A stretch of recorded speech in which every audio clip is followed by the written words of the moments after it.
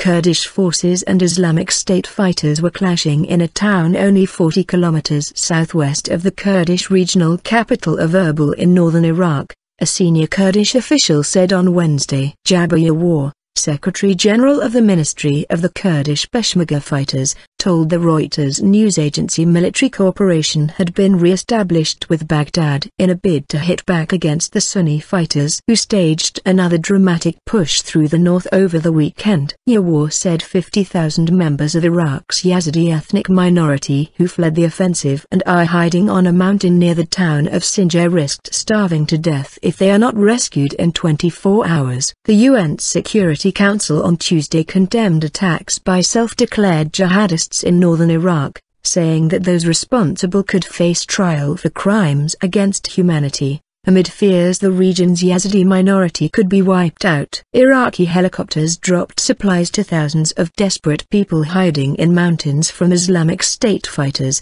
as officials on Tuesday warned that the Yazidi in the town of Sinjar, near the Syrian border, risked being massacred or starved into extinction in the face of the group's takeover of the region. Check out our complete coverage of the crisis in Iraq. A Yazidi politician broke down in tears during a parliament session as she urged the government and the international community to save her community from Islamic State fighters who have overrun the region, AFP news agency reported. Over the past 48 hours, 30,000 families have been besieged in the Sinjar Mountains, with no water and no food, Vyandakil said. 70 children have already died of thirst and 30 elderly people have also died. Dakil said 500 Yazidi men had been killed by the fighters since they took over Sinjar and surrounding villages on Sunday. Their women were enslaved as war booty, she said. We are being slaughtered. Our entire religion is being wiped off the face of the earth. I am begging you, in the name of humanity.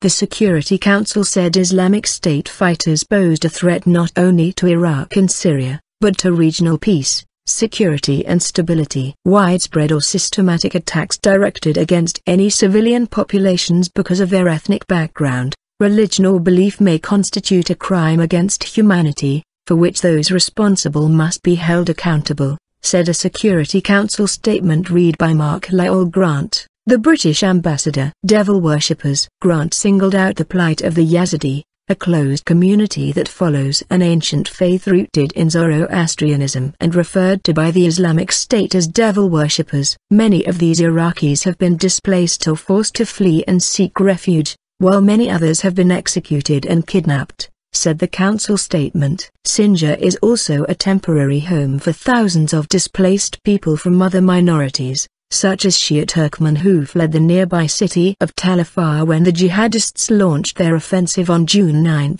The attack on Sinjar sent thousands of people running from their homes in panic, some of them scurrying into the mountains with no supplies. Families who fled the area are in immediate need of urgent assistance, including up to 25,000 children who are now stranded in mountains surrounding Sinjar and are in dire need of humanitarian aid, including drinking water and sanitation services, UNICEF said.